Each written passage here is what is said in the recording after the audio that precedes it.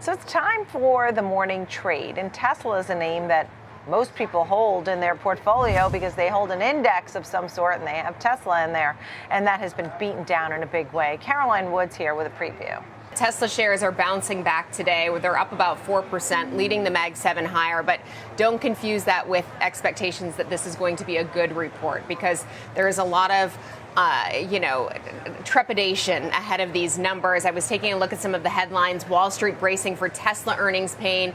It's going to be a messy one. Wall Street anticipates grim earnings from Tesla. Tesla at risk of a throwaway year. So there's certainly some caution heading into these numbers, especially after the Q1 delivery numbers that we got that were very disappointing.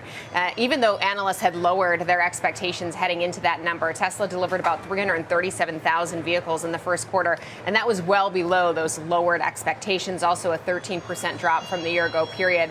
I will say that the bulls are more focused on Tesla's AI and robotics capabilities. We talk about that quite a bit, but the automotive business still really drives the vast majority of Tesla's financial performance. Now, speaking of which, in terms of top and bottom line estimates, EPS of 44 cents on revenue of $20.98 billion is what Wall Street is looking for. That would be lower than the $21.3 billion reported in the year ago period.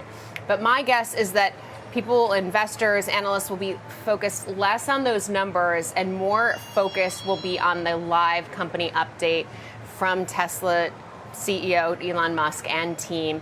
We know that Elon Musk is facing dwindling popularity. There are boycotts and protests, and there is damage to Tesla vehicles and dealerships. There's brand damage. There's a huge hit to Tesla stock. I mentioned the rebound today, but Tesla shares are down about 40% year to date. So what we're looking for, how tariffs could impact prices. Elon Musk had said Tesla won't be unscathed despite the fact that they produce all of their vehicles here in the U.S. Updates on the lower cost Model Y. We saw that Reuters report saying that the lower cost Model Y was supposed to be produced in the first half of this year. It's delayed by months, could be delayed until next year. We want an update on that front. We also want an update on the Robotaxi timeline. Is it still on track for that Austin rollout in June? And then, of course, Musk's role at Doge. Analysts really want a more engaged Elon Musk, and bulls like Dan Ives really want him to step away from that Doge role. I was taking a look at his latest note. He says, "We view this as a fork in the road time. If Musk leaves the White House, there will be permanent brand damage, but Tesla will have its most important asset and strategic thinker back as full-time CEO to drive the vision, and the long-term story will not be altered." If Musk chooses to stay with Trump's White House, it could change the future of Tesla, and brand damage will grow. So let's see what he has to say about his involvement with Doge. I will say his latest posts on X have been political, so he's certainly not stepping back, at least today, based on what he's sharing. Tesla shares, though, up more than 4% right now. And if you take a look, though, more than 50% off the highs hit back in December. All right. And yeah, I mean, he's alienated a big part, half the country, pretty much. And Dan Ives, I'm glad you read that whole note, because that was really interesting. And I also heard about Code Red if he stays with Doge. In the meantime, I was seeing Gene Munster, and you alluded to this, that 2025 maybe largely doesn't matter, and maintains that it could set 2026 as the company's rebound year. We'll see. And over at Roundhill, Dave Mazza saying Musk needs to bring the voltage on the earnings. Everybody's getting so sassy with their things. Musk needs to bring the voltage on this earnings call to get the stock out of stall speed. A lot of puns and tongue-in-cheek, etc. But the point is, this has been beaten down in a big way. Yeah, and analysts have always been mixed on this name. Obviously, there are the bulls like Gene Munster who are focused on, and really Elon Musk and Gene was tweeting about this or posting about it on X.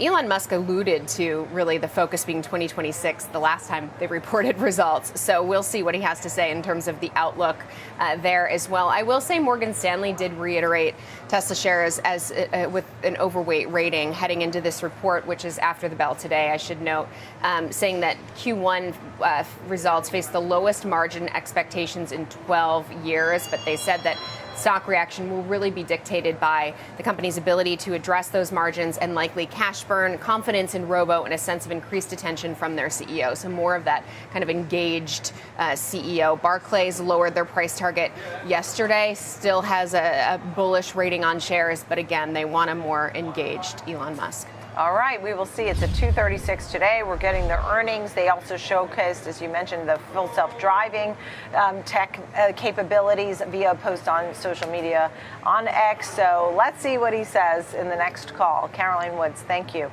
In the meantime, we want to trade this name. Tim Biggam, options strategist at Buy Alerts, taking a look at this name.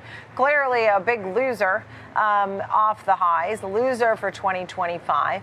How would you go about an example trade, especially now that we have earnings approaching?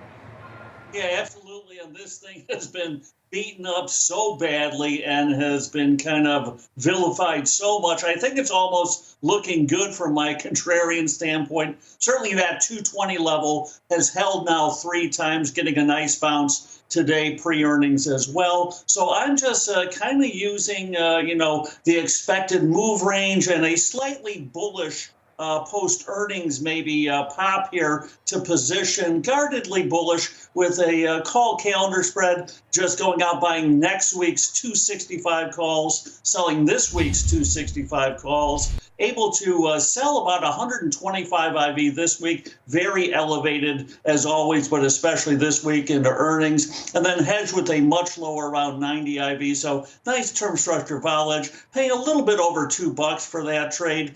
And I think it's more important really what comes out in that kind of, live press conference, if you will, post earnings than anything else. Earnings will probably be, somewhat abysmal once again here. It's more about, the look forward. What will Musk's role be, I think, is the critical factor here. If he hints that he's stepping away quickly from, the White House and Doge and everything, I think you'll see a relief rally in the stock. I'm just looking for the stock to go back towards where it was not too long ago, that 20-day moving average around 265 here. So also fits in with the expected market maker kind of move range on earnings of about 8.5%.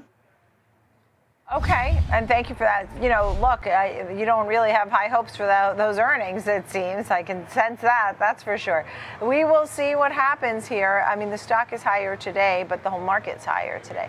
How about the big picture? I mean, how do you feel about the market right now, whether it's the Mag 7 or the entire, I was looking, the S&P 500 worst month since 2022. Yeah, absolutely. I think, the Mag 7's recently turned into the Drag 7, right, as they've been the big underperformers. And there's no more $3 trillion market cap stocks out there. Not too long ago, we had 3 of them as well. So I think we'll continue to just kind of chop around in this trading range, to use big round numbers. 5,000 to the downside on the S&P 500, 5,500 still looking like some serious overhead resistance. So you'll still see intraday volatility, but that I think will come in as well as we get through earnings and into more of kind of, where do the tariffs ultimately end up here. So I think it's a great time to be really selling out of the money, iron condors here, selling out of the money call spreads and put spreads both to kind of position for, that big range, no change, get that money for nothing kind of trade, get paid for it.